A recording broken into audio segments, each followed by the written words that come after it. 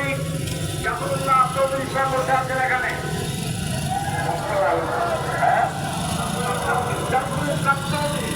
বসে আছেন পাশে প্রধানমন্ত্রী সূচনা অন্তত 3 শতাধিক পার্লামেন্টের সম্মানিত সদস্যরা সেদিন বসা 1997 সনের তাদের বক্তৃতা যখন আমি বলতেছিলাম ডক্টর কুদরতে খোদা নাম রাখছে কুদরতে খোদা করে গজলে খোদা এ লোকটি নাস্তিক ইসলামের চূড়ান্ত দুশমন। তার প্রণীত শিক্ষা ব্যবস্থার যখন সমালোচনা করছিলাম মিলিটারি বেঞ্চ থেকে আমাকে বলা হলো রাজাকার।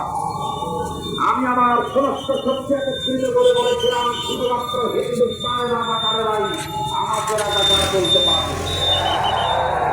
আমি বলেছিলাম 1973 সাল পর্যন্ত আমি বাংলাদেশের কোন রাজনৈতিক দলের নেতা এবং কর্মী ছিলাম না। আমি রাজাকার নই।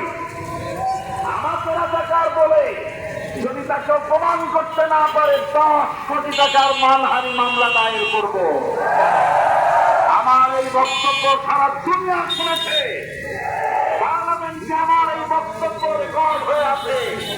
এদিন 3 শতাধিক পার্লামেন্ট মেম্বারের আমার চ্যালেঞ্জ গ্রহণ করেন নাই।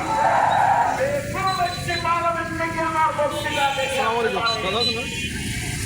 এরপরে 1997 সনের 5 অক্টোবর জনগণ পত্রিকা যখন আমার শুনতে দিচ্ছিল সেই পত্রিকায় সাহিত্য অন্যতা 1997 7 অক্টোবর এখনো কোন বাংলাদেশের সকল সাংবাদিক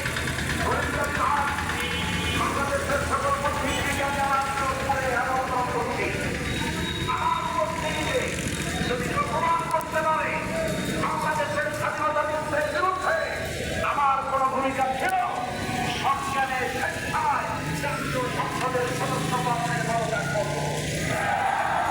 30 বছর পার হয়ে গেছে আজ পর্যন্ত কেউ এই চ্যালেঞ্জের মোকাবেলা করে নাই।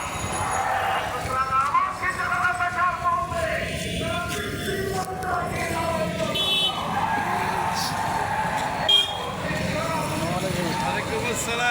কেমন আছো? কালকে আসবে নাই? কালকে হ্যাঁ বলিস তো একটা দিন আমরা তো আসো কালকে তো জজ তো উঠবে না। উঠবে কি উঠবে না কালকে আসবে না।